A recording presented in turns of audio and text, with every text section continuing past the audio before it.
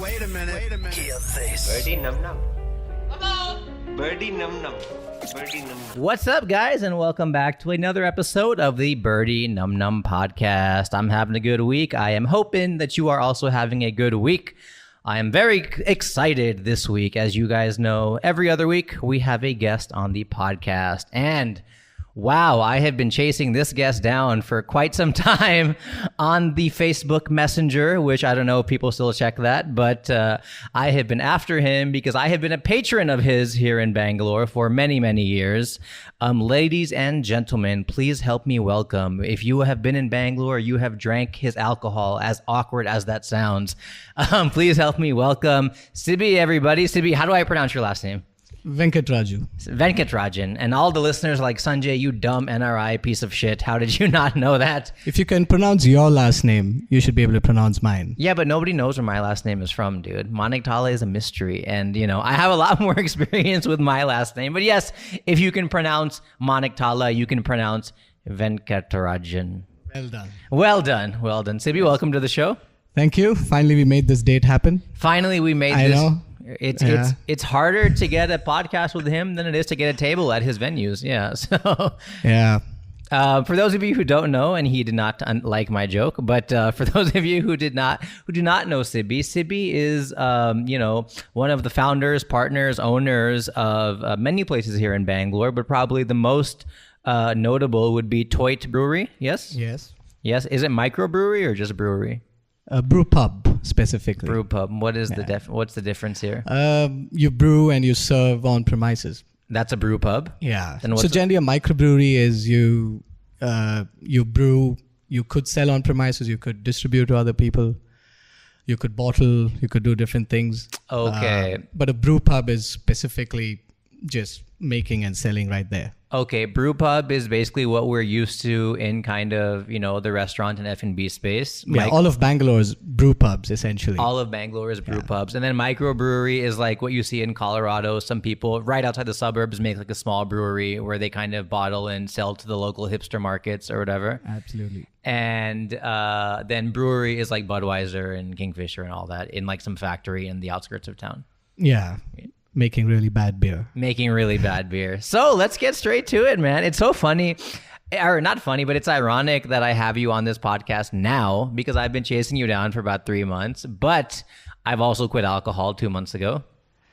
Good. I think a lot more people should quit alcohol. I mean, isn't that bad for business for you?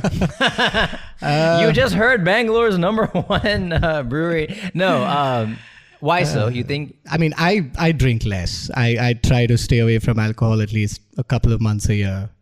And it feels much better when I do. But the rest of the 10 months you need it. There are times when you need it. There are times it makes better.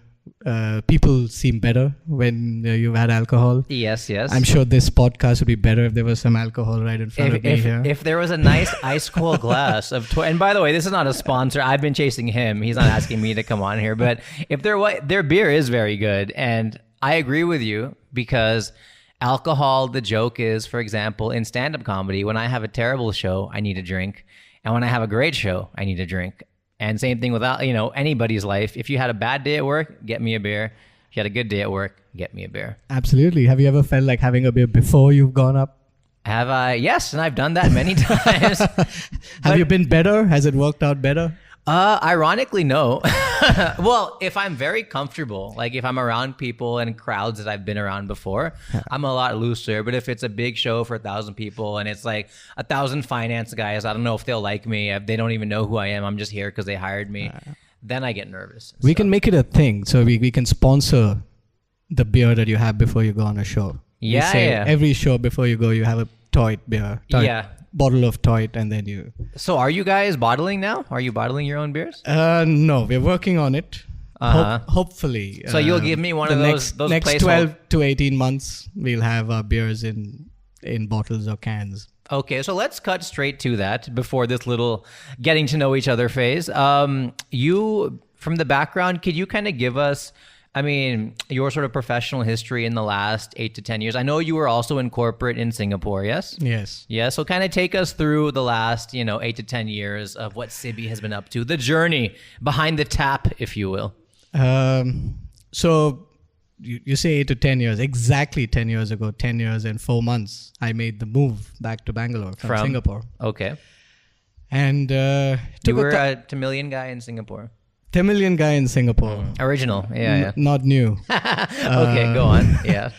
And so I was 27 when I woke up one day, rather remarkably, telling myself that I'm getting old. Yeah, at 27. At 27. Okay. I thought I was getting old and I needed to do this now. Otherwise, it's going to be too late. I always wanted to open a restaurant since I was 8 years old. Really? Yeah, I would tell anyone who would listen that I wanted to open a restaurant. But I would do everything that was as far from pursuing that journey. Yeah, it's do what you want after. I did engineering. Do what you want after engineering is the life mantra. Yeah. So I did all of that, and I did. I followed the formula. I worked for 5 years. I saved up enough money. Okay, you worked at I think KPMG or E&Y or one of these? No, I worked for a small boutique consulting firm. Okay. Doing IT consulting to banks. And at 27, I thought I was getting old and I needed to do this now. And I thought I had enough money. Okay. So it's packed my bags. Nice problem to have. Moved back, moved to Bangalore. And it's been unbelievable. We'd never thought it would turn out so good. Honestly, I just wanted to open one pub, a neighborhood pub, and just get it out of my system and run it well and be successful and be a brand. So take me through that initial phase, because not the your aunties were saying, beta, what are you doing, or yada yada, but I more want to know, this is 2009, 2010 roughly, right? Yeah. I mean, Toit opened its doors 2011, March. Toit officially opened its doors 2011, March, right? Yeah. And this was, so you come back and you're telling your parents, I'm climbing the ladder at this boutique techie company, but I want to come back and basically be the guy who owns a bar. And was it, I want to make a brewery, I want to make this massive place, or was it, I want to make your neighborhood like typical Bangalore dive bar, sort of chili chicken, have beers, enjoy yourself, watch the match? No, it had to be big. It had to be something that Bangalore hasn't seen before. So you were in Singapore and saw all these German beer guys, all that stuff. So that's kind of that's where the kind of, I always wanted to do a restaurant, but I didn't know what. It would keep changing over time, and then we came across brew pubs in Singapore and said this would fit very well in Bangalore. Yeah. And we were not wrong. There's 60 breweries in Bangalore today, or maybe 65, or in another hour it'll be like 70, I think. Yeah. I think 3 will close by the time we're done recording. Yeah. So 2010, 2011, you were basically like, all right, enough. You saw the beer market, what's happening in Singapore. This is so funny because this is kind of how I thought of stand-up comedy in 2010, 2011. I was like, every major city, people have karaoke, they have Bollywood nights, they have death metal, heavy metal nights, techno nights. Why are there no comedy nights? And people always say the same thing. Oh, Bangalore doesn't want that, or we don't need that, until you start doing it.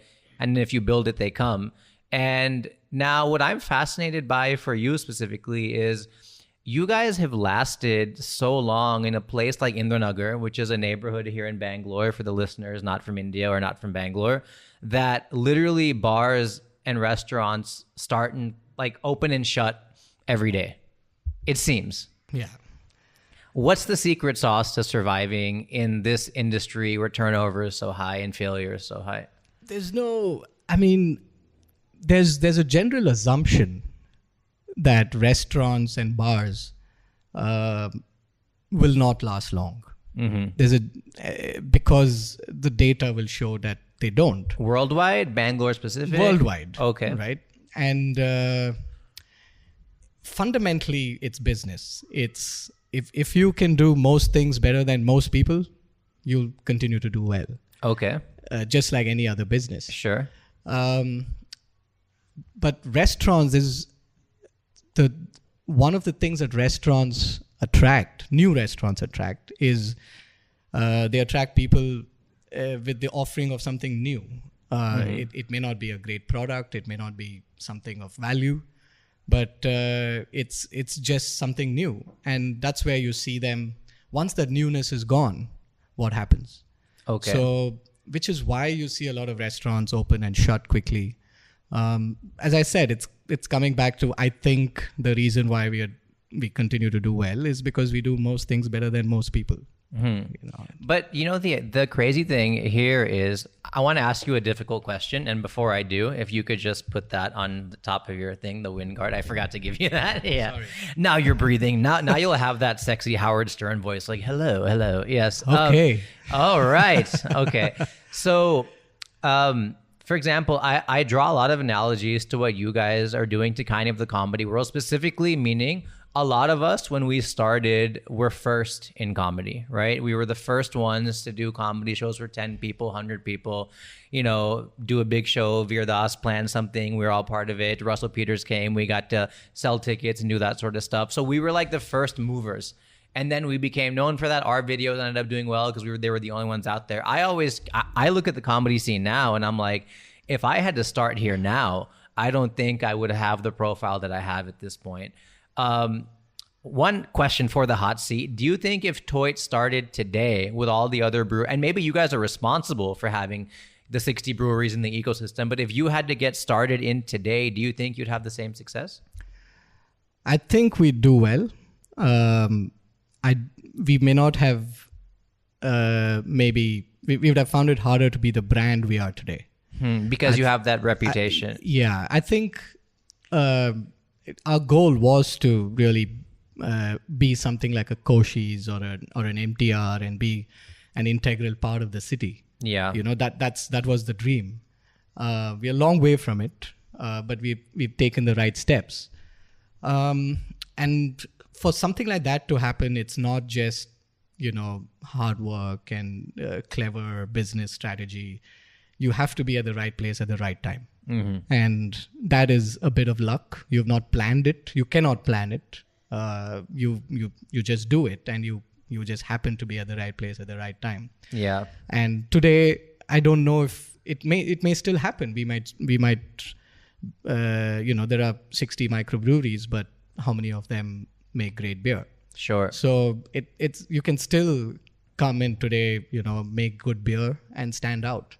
So it's still there. You can do well, but whether we could have captured that kind of brand perception in people in Bangalore the way we did 10 years ago, I don't think so, because it was simpler times then. Times have changed. 10 years ago, it's amazing how quickly Bangalore has changed. There were hardly any bars. You could think of 10 significant places to go 10 years ago versus some 80 places today. Yeah. 10 in each part of town. So no, for sure. And it shocks me. You said something that I really liked, which was, you said we still have a long way to go, but our goal was always to kind of be like a Cochise or like a staple of the city, basically, right? Yeah. And, I was giggling. I remember I was I think in Toit and another place they have is Permit Room, yes. Which is also great. Bangalore. It's kind of, what's it called? Microfusion or gastromolecular or something or whatever. I hate all those new words. Okay, whatever. It's just South Indian food made fun. Exactly. Yeah. So really good stuff. But I remember sitting in a Toit, and I think it was Toit. But on the menu, it said a lot of times you go into Cochise and it was like since 1934 or since 1962. And I remember being in I feel like it was you guys, correct me if I'm wrong if you don't have this, but it said like since 2011. No, we have a sending it since 2010 on the logo. Yes. So I was like, but it was like 2013 or 2014. And I was like, this is so funny because like you just said, we have a long way to go, but at the same time, you got to start somewhere. Yeah. And when people always when they're 30 or 27 and they don't want to do something, they're like, well, what's the point? My thing is, well, what's the point is the time's going to pass you anyways. Yeah. So whether or not you want to start the brewery, learn piano, do comedy, in 2025, yes, it will still say since 2010. And that'll then be that Cochise equivalent or whatever. Although the sending it since 2010 was done as a satire to everything that says since something. I know, because but sending it was like a funny it's sending it is a funny Bangalore phrase from our school days, and we didn't want just a boring since this. Yeah, but it's still. Everybody will for example, the point for sure, that's awesome that it's a joke, but I'm sure in 1938 when Cochise wrote since 1936 or whatever, they were like, who are we kidding? Until the joke becomes the legacy or practical or literal, you know? So cool. So that was kind of how you guys got started. And, you know, I know you have some partners in the business. Did you kind of was it a similar group of 27? Do you consider yourself a millennial? Would you consider yourself in that bracket? No. You don't? I don't know. I don't think so. When it just sounds young. Millennial sounds young. I mean, now millennials are pretty much 25 and above from what I understand. Yeah, but in my head, when somebody says millennials, it just sounds, somebody groups people. Mm-hmm. You don't group older people. Speaking of grouping people, who's the target Toit consumer? When you say baby boomers, it sounds odd. These are 50, 60-year-olds or whatever. Whenever was baby boomer? 40? Baby boomers were people after World War II. So born between 1945. The baby boom generation are the babies who were born after that. Yeah. So, sorry, what is the question again? No, but I'm saying, you were talking about... my co-founders. Yeah.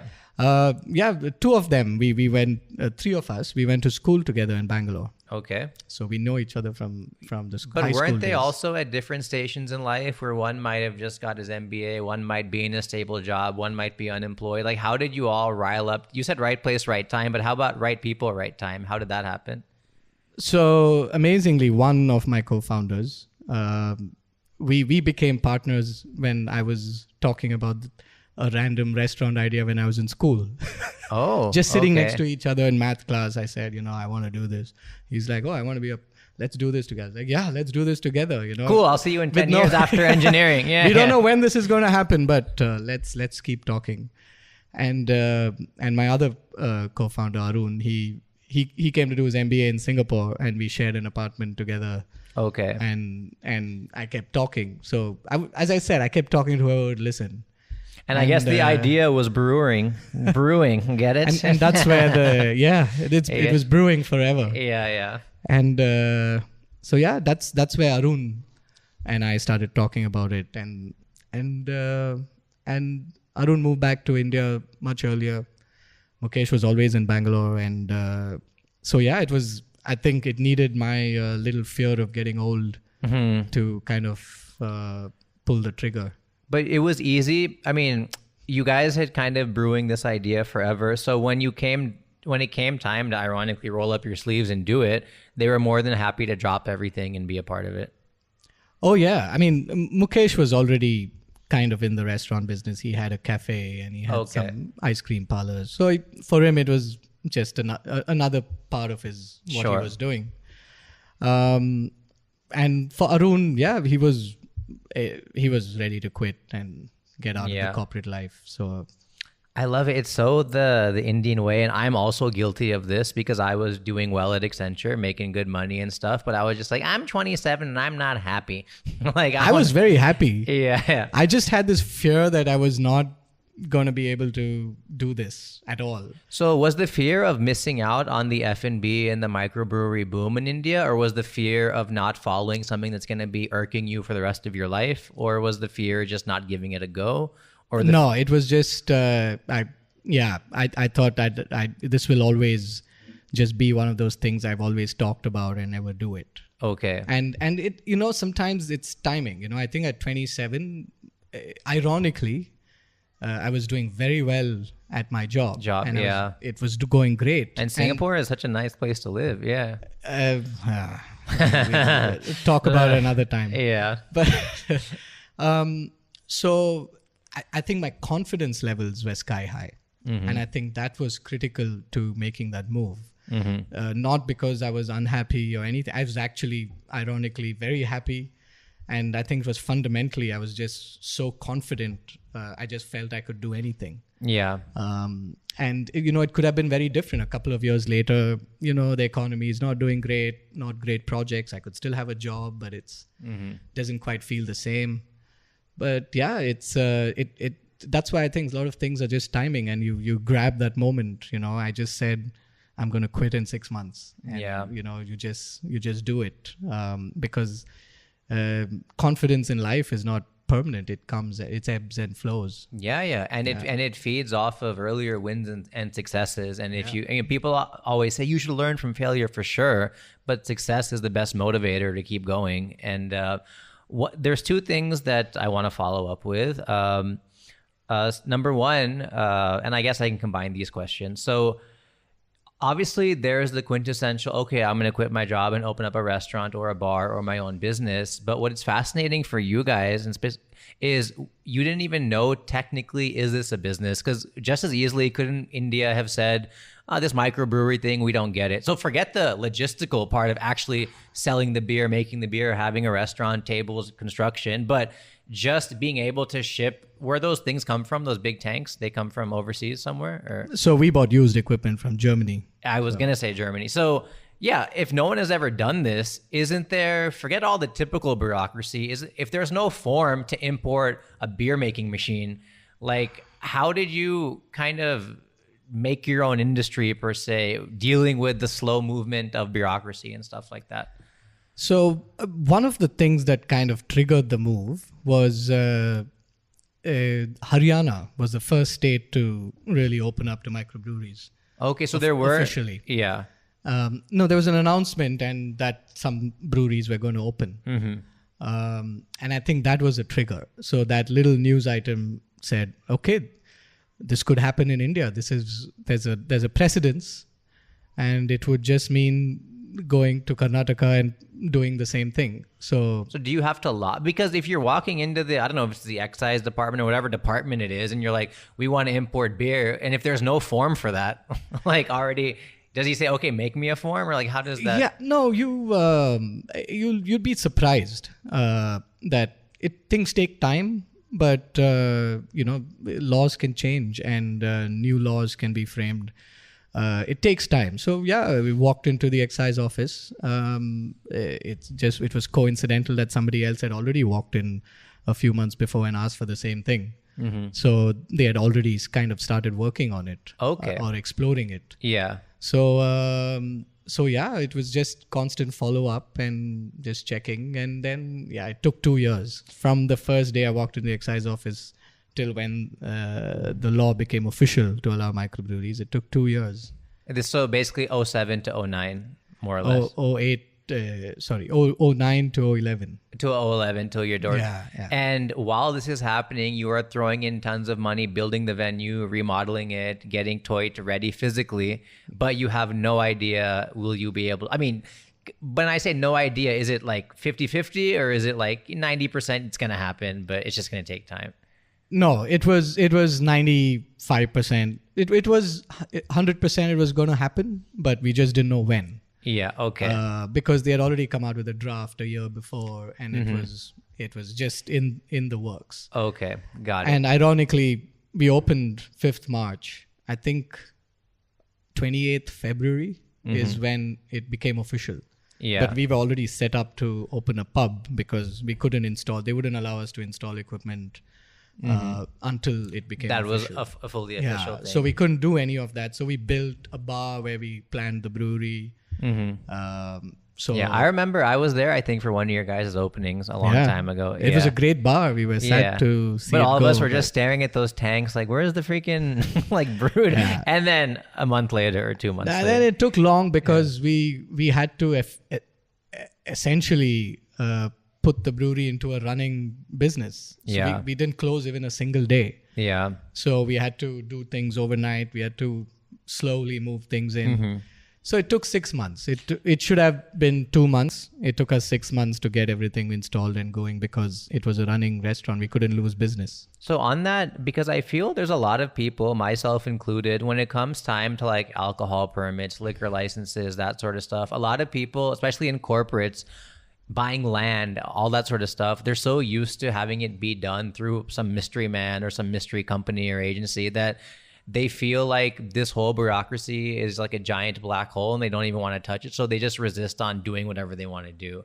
But are you saying that it actually, yes, it took time, but it wasn't this big, crazy, scary beast that people make it? It's just, you just got to go and do it and show face and eventually things move. Yeah. If you have the energy and time, and as an entrepreneur, you don't have a choice. Yeah. You do everything yourself. Yeah. Yes. If in 5 years from now, if I have to do something and I have a team that can do it for me, it's the last thing that I'd want to do. Yeah. It's the worst part of running the business is dealing with government. So you don't want to do that. If you have other people who can do it, great. But obviously you got to get your hands dirty and kind of, this is India sort of mentality. We just like, because I remember, dude, there was that highway ban like 2 years ago.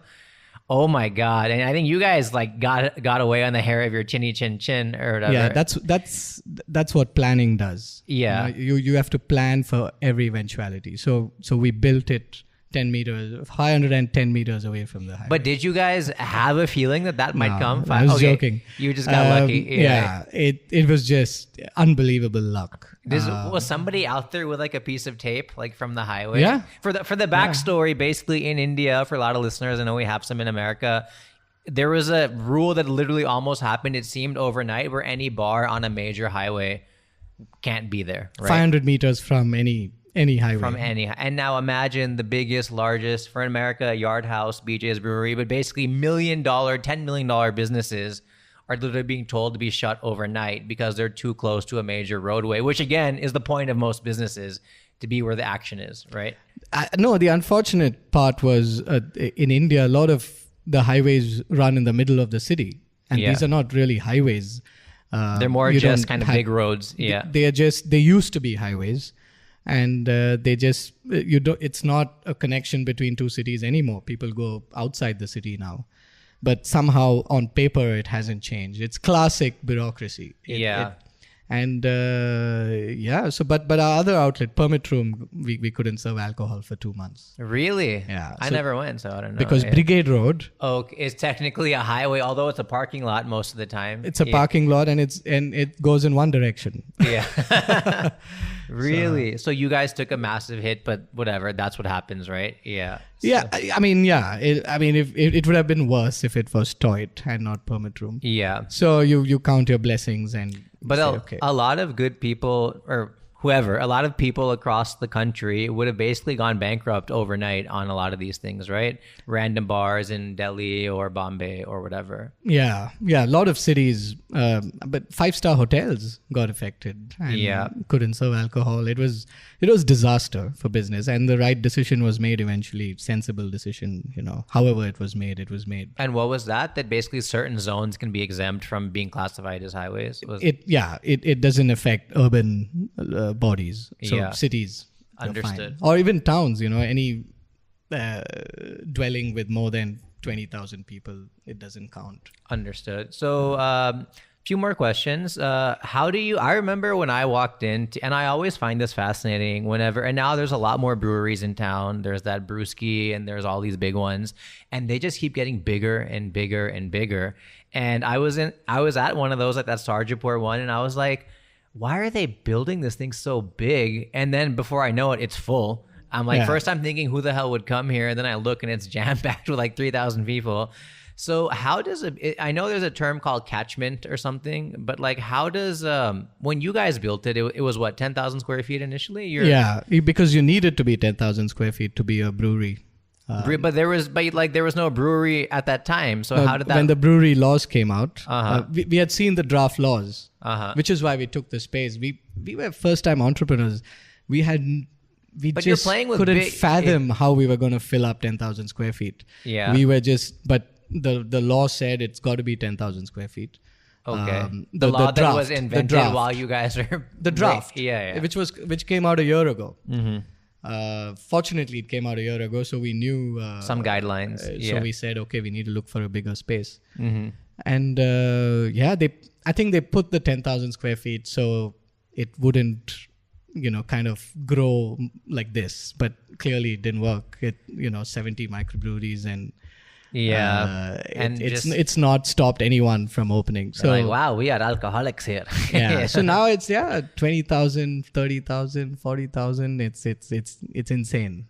And did you guys, so fine, you had to make it that big to basically satisfy the bureaucracy and the guidelines, but did you have any market research to know that we will have 1,000 people walking in here every day? Or was it just blind luck that, it ended up working out that way? Like, no, it was blind luck. It was blind luck. There was nothing of this size in Bangalore when we opened. So on the first day, what if there was only 6 people? I think Hard Rock Cafe was the biggest, and that was like 8,000 square feet or something like that. It was like a 220-seater.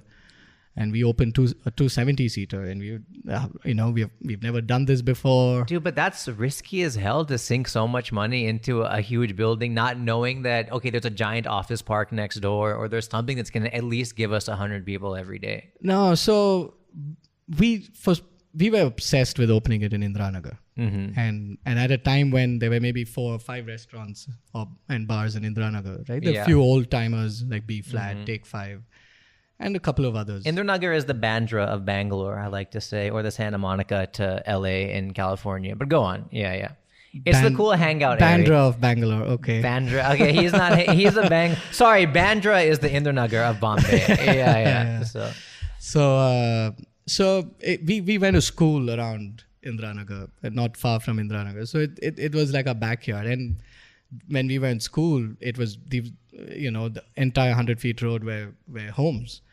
It was nice and quiet, no traffic. Yeah, you can thank Sibi for the changes of Bangalore. It had already happened. It was already happening. Yeah. It's not because Bangalore has changed thanks to me. You hear that noise? You're welcome. Yeah. And retail had already come in. Yeah. So by the time we were going to start, and we said Indira Nagar is where we want to be. It stood for the new Bangalore. It was cosmopolitan. It was progressive. Kind of largely middle class, it was perfect. And when we opened, you had not somewhere around or just before we opened, there was this Embassy Golf Links that suddenly grew, and there were so many banks and tech companies, and I think that fed into the whole thing. And something that we didn't expect or would never have known is the whole startup culture that in Bangalore kind of centered around Indira Nagar and to some extent Koramangala. Yeah. But Indira Nagar, where all these small startups, small offices were, and all of that fed into this whole casual beer drinking culture of Indira Nagar, which is what is keeping us going till today. Sure. So that's a great segue about going until today, because, for example, I remember many years ago, they did try a stand-up comedy night at Toit, and I remember thinking this place doesn't even need stand-up comedy because there's already 1 million people in here every day. People are anyways having their own micro conversations about this startup, or someone's on a date, or whatever the case may be, right? So I was like, dude, when comedy comes, it's like when a venue is looking for footfall, and then we can build something and grow with them. But you guys clearly don't need that. And one question I had for you, like you just said about growing, is a lot of times in startups, for example, you'll hear people say, we got to pivot our business, which means we started as pretending to be Twitter, but it looks like we're going to have to be like a Yellow Pages or like a Phone Direct, whatever. So in your guys' case, there's that quote, if it ain't broke, don't fix it, right? You guys are doing so well. You constantly... I'm sure there's an alternate quote. What is the alternate? I don't know. I can't, you don't risk, you lose, or I don't know. There might be... For sure. There are lots of them. But there's another quote, you risk and you'll lose even more. I don't know. Yeah. So for sure. So how do you, I guess, stay fresh while staying, original or classic, or how do you constantly, because even I'm being honest with you, I obviously don't go to Toit as much as I do, because number one, I'm older, I'm married, I don't even drink as much anymore, and there's a million other places if I do step out of the house, but Toit is still great, and if I do go once every 3 months, 6 months, I have a great time, so calm down. Yeah, but everybody, if you come into a place after 2 years, you expect the menu to change a little, but also not change. How do you guys decide, should you add a new pizza? Should you add a new beer? Should you not? Leave it alone? I think you stick to your gut, and you trust your gut. You trusted your gut and intelligence before you opened, and it worked. So you continue to trust your gut and instinct, and you feel, okay, now's the time to change. You change some things. And like, what have been the biggest change that you think you guys have done in the last 5-10 years from the core business? The biggest change is going to be coming out in a few days. Oh, yeah? Can you care to announce it? We are bringing about a few items, food items from Permit Room into Toit. Oh, okay. So, right. Because we felt we've Permit Room, we've got some great, interesting new things.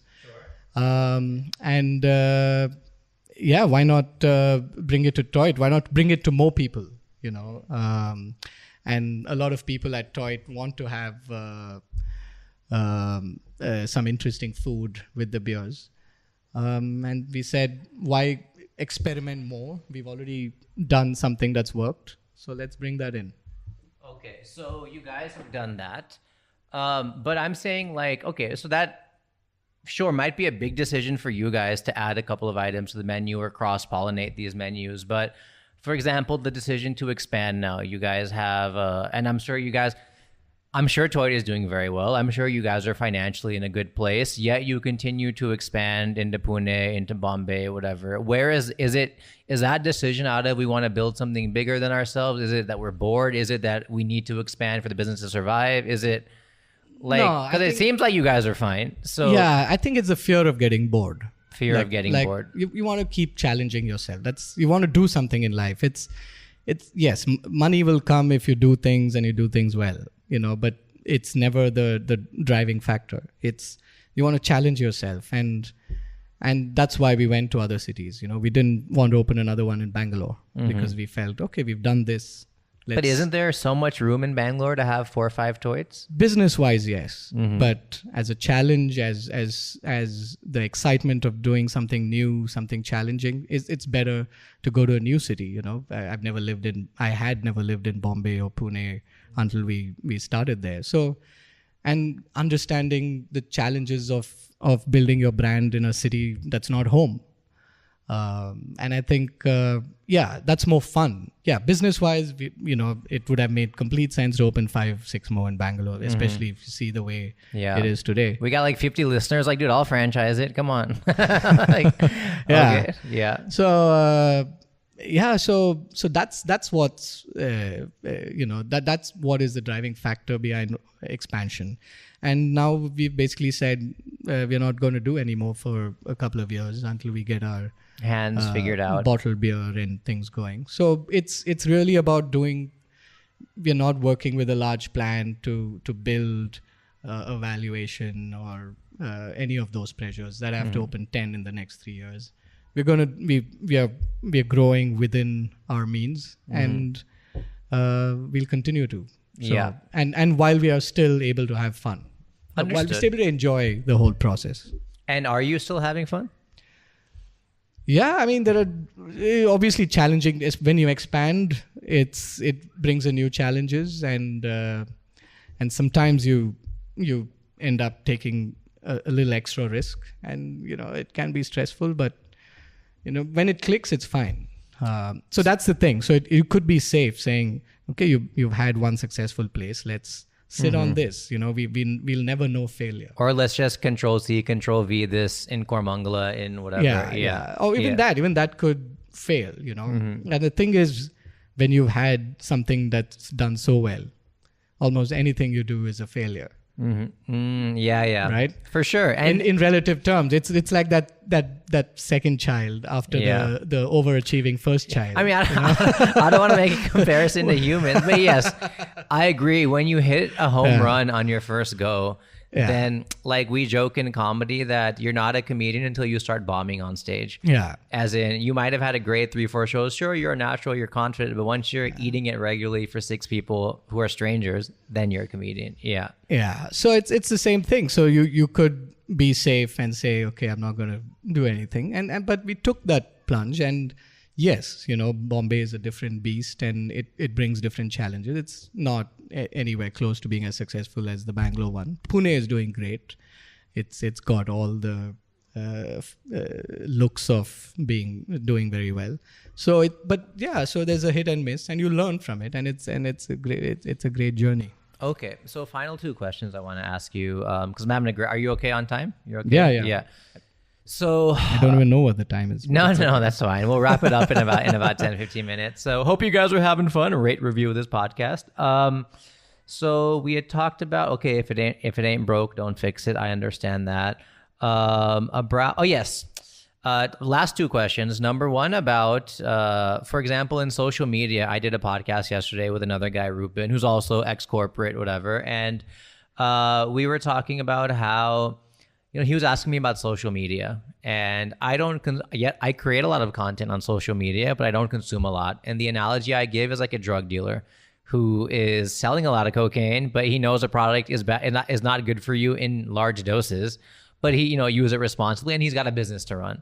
So it's ironic. I make a lot of videos, a lot of podcasts, and I try not to consume as much because they can be a distraction. And I'm more than willing to say that. After this, please put this podcast down and go do some work, right? So, or do it while you're doing some work.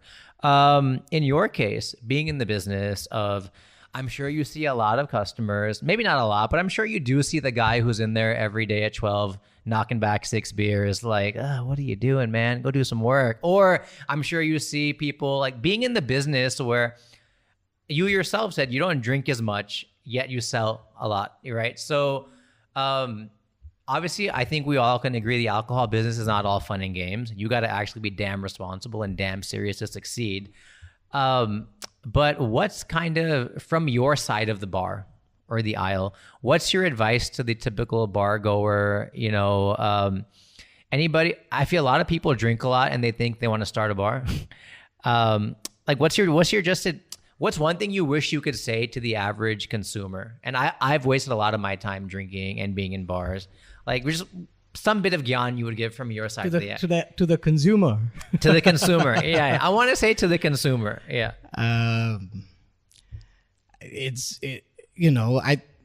I'm so detached from being a consumer in a bar and in a restaurant. I've become, as you said, less and less of a consumer. Mm-hmm. My only thing is, you have a sense of detachment to what you're consuming. It's not a big deal, whether it's Toit or whatever it is. Don't expect the space to ease your life's troubles. Mm-hmm. Yeah. And it's just a bar. It's just a restaurant. It's not going to change your life. Are you saying like the guys who come in looking to chase tail or whatever, that sort of thing? Or a lot of things, people come with a real expectation that this is going to change my mood. Best night of my life. A lot of pressure that they bring in. Yeah. And it's often not going to work. It's like New Year parties. Yeah. Right? They're the worst kind of parties because they never work. So that's the thing. Don't come in with come in because you feel good. Yeah. And you want to enjoy your feeling good. And that's what a bar is. It should be your happy place, and come when you're happy. Yeah. Drink when you're happy. Drink when you're happy. No, I love that because for sure, dude, I read a lot of reviews of places, whether on, what's Zomato or Google Maps or whatever.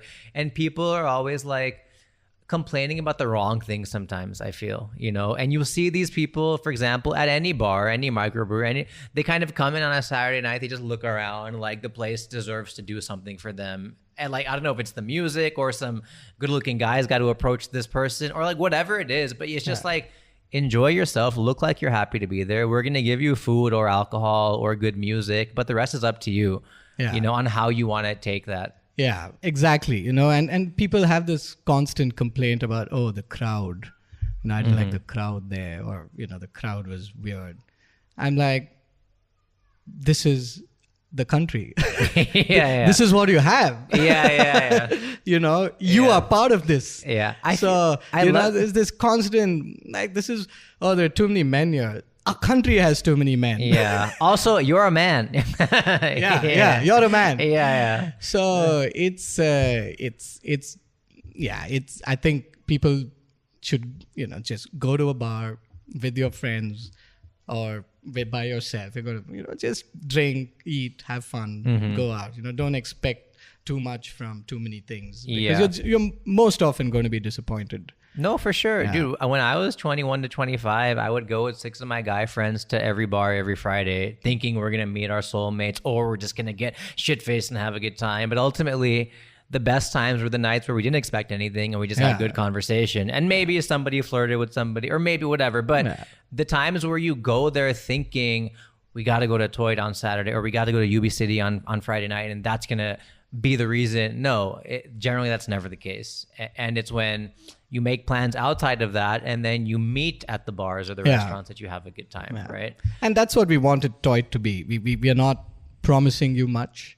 We're just promising we'll give you good beer and good food and a comfortable space where we don't judge at the door. We don't stop people from entering no matter how you're dressed or who you're with or come in naked, whatever. Guys. It's fine. Yeah. So, shave though. Before. Shave, please do. It's hot here in Bangalore. Have anybody, have people that met at Toit and got married and had kids and stuff? It's been 9 years, so. Yeah, I think some people have, but I like how he's like, yeah, but whatever. Track. That's not our mission. We're not sending it like that since 2013. Yeah. Okay. Final question for you is, okay, so you answered that kind of about, ironically, drink responsibly means more than just, don't drink and drive. It means know why you're drinking, and the place doesn't make the place, the people do, or whatever. So last question is, I want to talk specifically about Bangalore versus Bombay versus Delhi versus Pune, whatever, right? And I've been in Bangalore now 9 years. Every time people from Bombay come here, like, dude, Bangalore, the food, the pubs, bro, like, whatever. That's my impression of my cousin, okay? But, like, whenever they have this view of Bangalore and how people just drink and it's so great, I go to Bombay, I have a different view. What are the kind of quintessential differences that people may not know in the average consumer across these 3 cities? Like, is it more spirits, more beer, more food, more this? Like, what are the things that you can shed light on in drinking culture and pub culture between the 3? So, I mean, the reason why the pub culture is so prevalent in Bangalore is it's just the culture of the city. It's always been laid back. The kind of work that you have here, the tech companies, even a lot of the tech is from overseas. And if you go to Silicon Valley or large tech companies, and they have a work culture that's slightly laid back. Mm-hmm. It's not intense. It's not like banks and law firms. Take shots and do that sort of thing. Yeah. So that's Bangalore. It's always been laid back. It continues to be laid back. So you have daytime drinking. You can go have a meeting over beer and lunch. And that's what makes,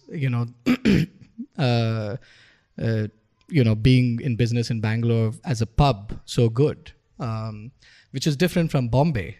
Bombay is the other thing that I just mentioned, which is law firms and banks, and they work long hours, and it's also, the city is so spread out.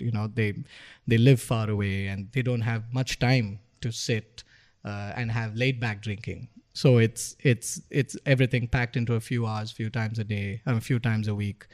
So that's Bombay, and which is why beer drinking is not a large part of the drinking culture in Bombay. It's hard drinks. Although the weather should really ideally be for beer drinking. Yeah. Pune is again like Bangalore. The kind of industries and how the city has always been slow and laid back. So it's great. I can't comment on any other city because we haven't been there. But just from observation, Bangalore is got probably the most amount of casual drinking. Chilled out casual drinking, not worried about what you're wearing, not worried about what day of the week it is. The hottest club. What time of the day it is. It's just, I'm going to have a drink. Which is great. But as you go to the other cities, that becomes less and less. So drinking becomes an event. Drinking becomes a big deal. Oh, we're going to party. It's Friday night. We've got to party. And I think if you go further, I think Delhi, Hyderabad, I think that changes a little more, which is why we love Bangalore. We are from here, and it's great to be in Bangalore, and which is why the microbreweries are going crazy. No, for sure. So does that mean in a place like Bombay, like you said, where it has to be more of an event or more of like a concrete thing does that mean a place like a brewery or a restaurant has to have like live music or something to draw more people? Or is it just that the frequency of visitors frequency is less. When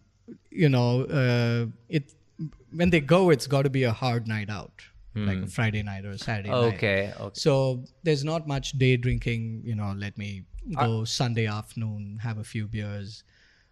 There's no meeting over beers for lunch on a weekday. Yeah. Because it's law firms and banks, you can't do that. Yeah. So at these lazy ass tech companies. I know some of you startups. Listeners. Yeah. I just raised my Series Z funding, so I'm gonna have 5 beers over lunch. He's like, you need to work responsibly to make those numbers. Give me one more beer. Yeah, this is where I thought up my idea, so I've got to be here every lunch meeting. Yeah. I get that a lot. You asked about people meeting and getting married and having babies. No, more than that, we get stories about how their startup idea came at Toit. Over beers at Toit. That I've heard a few times. That would be a good idea if one of them make it big. You could have them on your wall as like a success story or something. Like, Uber 3.0 started here or, By the way, do you ever use Dunzo by any chance? Yeah. Yeah, I did a show at B Flat and I've talked about this on my podcast. There was somebody who said like, somebody was so lazy on Dunzo, he sent a parcel from the 2nd floor to the 3rd floor of his building.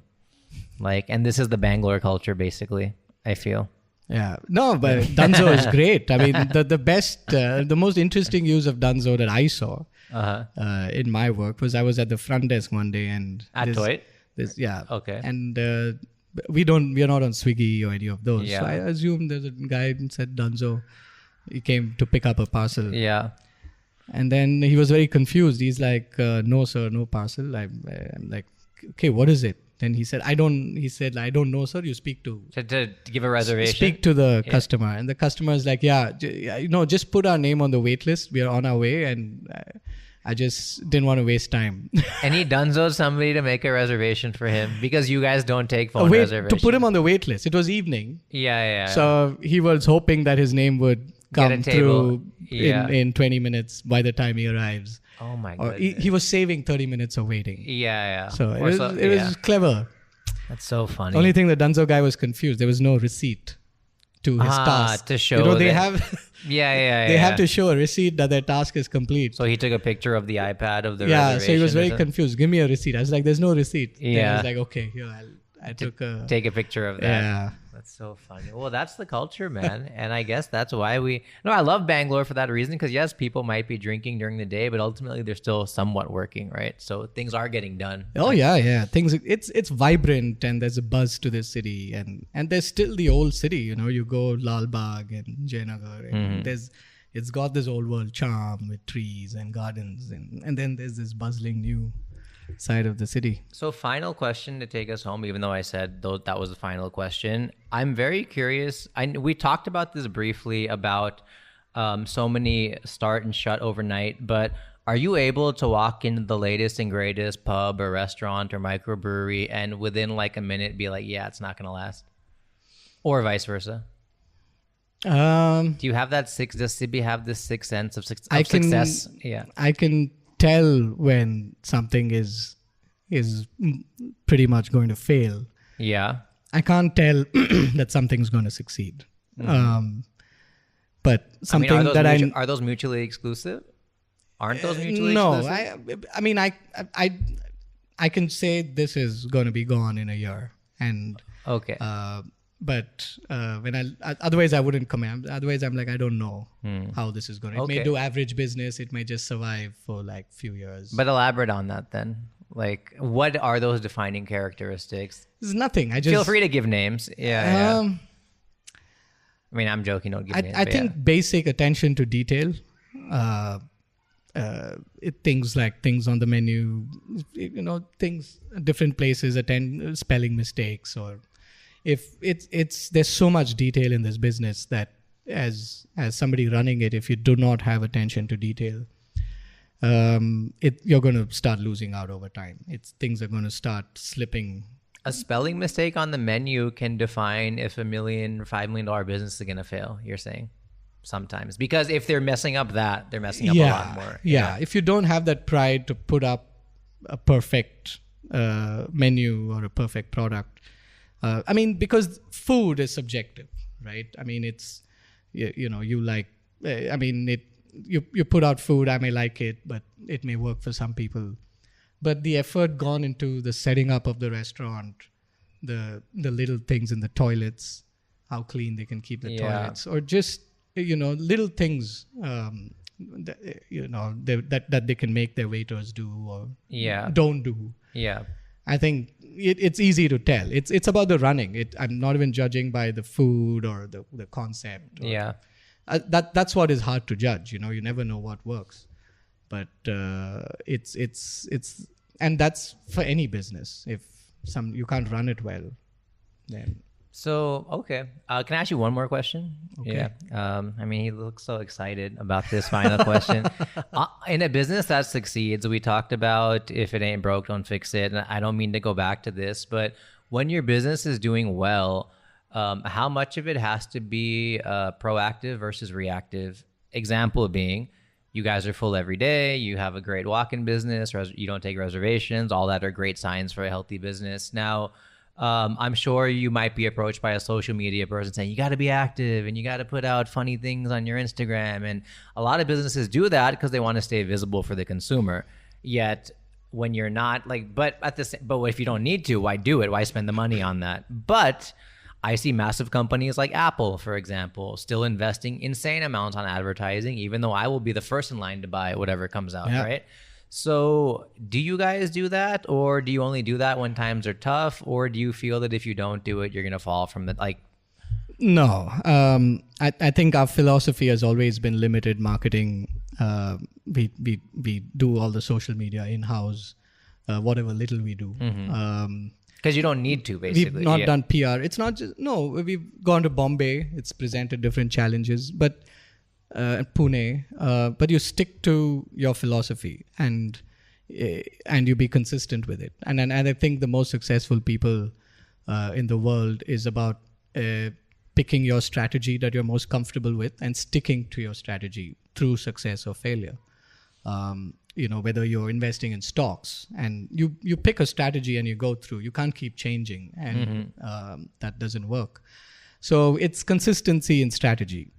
And that's how we've been, and it's worked for us. But that doesn't mean that's why it's worked, or without it we'd fail. Or even if we fail tomorrow, it's because we didn't do enough social media. It's so in Bombay in 3 months from now, if things are slow and your person says, tell people to tag a picture of their beer for 50% off and say and show it when they walk in on their Instagram or something, would you guys do that? Or no, I'll never do that. No, yeah, I'll never give a discount. I think personally, I think social media is a great medium for other people to talk about you.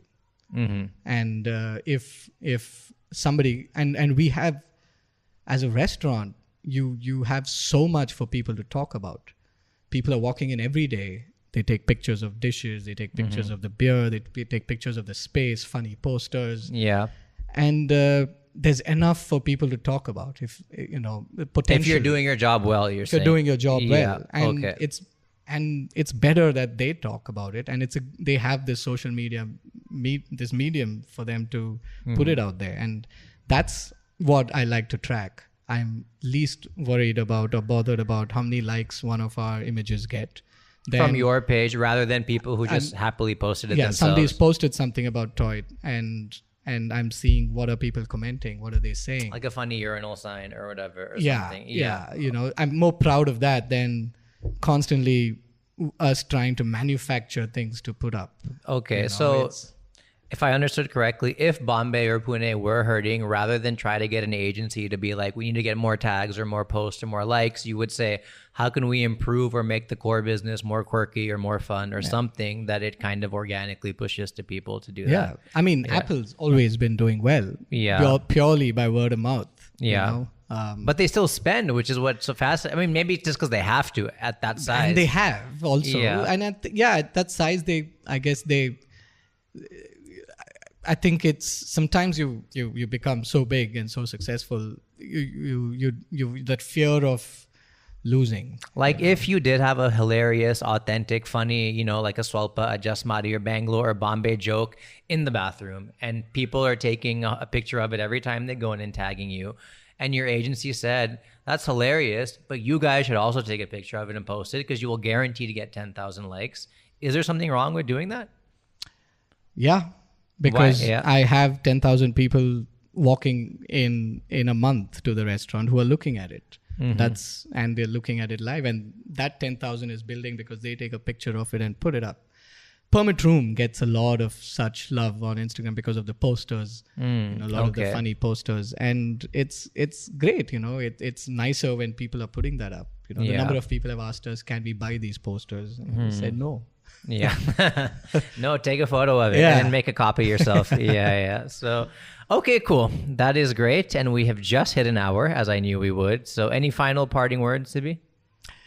No, I just like to say thank you. If most of the people who are listening have been to Toit, we are really grateful for the love that we've got all these years. And people ask us, you ask what the secret sauce is. I think people say the vibe is amazing. There's comfort, and the people is who make the vibe. Yeah. We can try, but we can't manufacture it.